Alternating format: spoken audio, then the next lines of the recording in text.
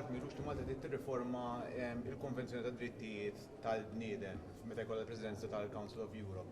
Eżattament, x'riformi trid tara x'tibdel? L-ewwel nett li qed tipprova tingħata xi perspettiva li pajjiżna biss qed jitkellem dwar il-ħtieġa ta' riforma mhux biss fil-konvenzjoni li semmejt inti imma f'numru ta' konvenzjonijiet internazzjonali huwa żball.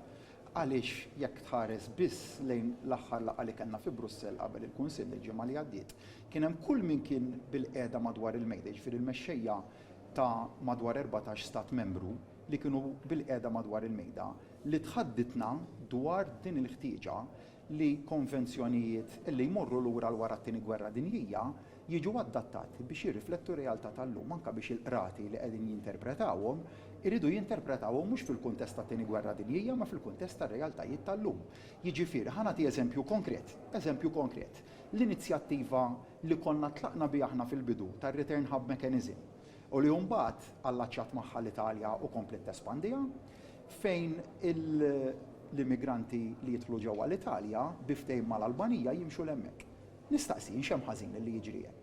Imma minkejja dan li CJ qalet li dak il-ftehim jikser konvenzjonijiet. Ju wieħed minn dawk li ngħid li l-ftehim li għamlet l-Italja mal-Albanija kien wieħed korrett u li jirrispetta id-drittijiet kollha ta' dak l-immigranti. Difatti pajjiżna issieħeb issa fil-kawża illi hemm kontra l-Istat Taljan biex nappoġġjaw għax aħna nemdu f'dik l-inizjattiva, però hemm dal-ħtiġijiet.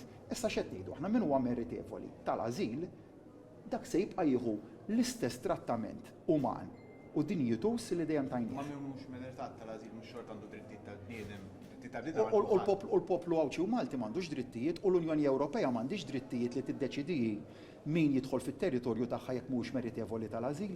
Jiġifieri għandhom drittijiet. Mela, min huwa meritevoli tal-ażil jibqa' meritevoli tal-ażil.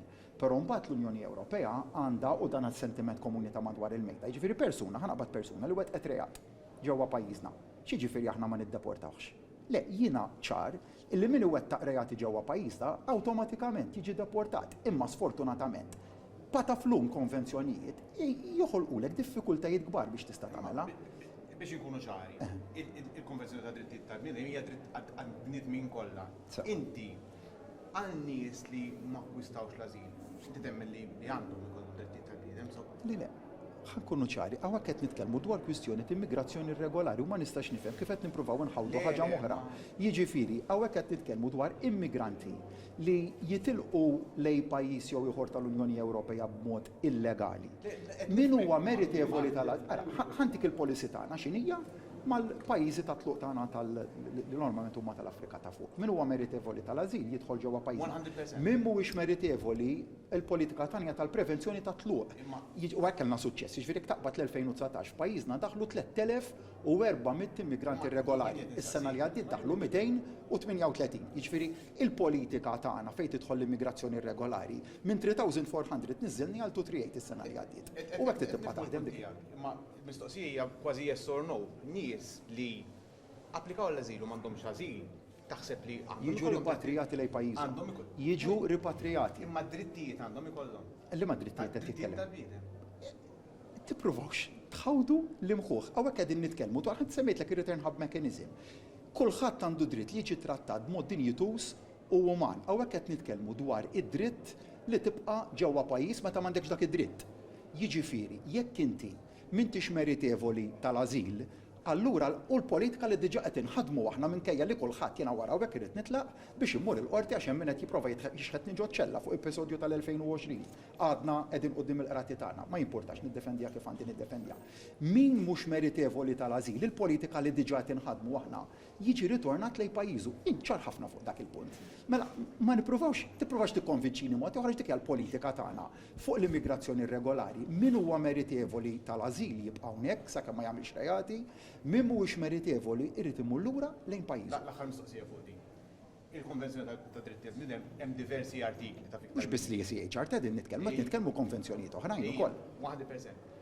liema drittijiet minn dawk l-artikli kollha liema tixtieq tara riforma fihom? Se jkun hemm diskussjoni holistika flimkien mal-mexxej. Firri mhux se nkun waħdi se nkun flimkien mal-mexxejja l-oħra u din diskussjoni saret ukoll quddiem il-President tal-Kummissjoni Ewropea li hi nnifisha wkoll fuq livell Ewropew ta' leġiżlazzjoni Ewropea ukoll qed tabbozza framework imma dak irid jiġi komplementat b'emendi f'konvenzjonijiet oħrajn biex niżguraw illi ġewwa l-Unjoni Ewropea jibqa' biss min huwa meritevoli tal-ażil. Dan hemm pożizzjonijiet ta' ġifieri mhux ta' pajjiżna biss hemm id-Danimarka, hemm l-Italja, hemm Ċipru, hemm il-Greċja, nista' nsemmilek il-pajjiżi kollha li kienu madwar dik il-mejda.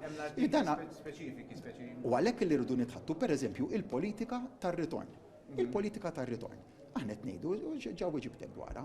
Min mhux meritevoli tal-ażil jekk pereżempju għandek il-pajjiż tar-ritorn li għandek 95% tiegħu meqjus bħala safe u 5% le.